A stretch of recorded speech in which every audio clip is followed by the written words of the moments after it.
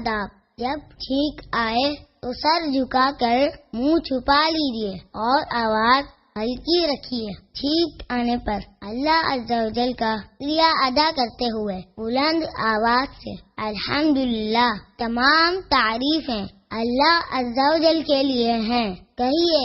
سننے والا جواب میں یرحمک اللہ، یعنی اللہ عز و جل آپ پر رحم فرمائے کہیں۔ پھر چھینکنے والا یغفر اللہ لنا ولکم کہے، یعنی اللہ عز و جل ہماری اور آپ کی مغفرت فرمائے۔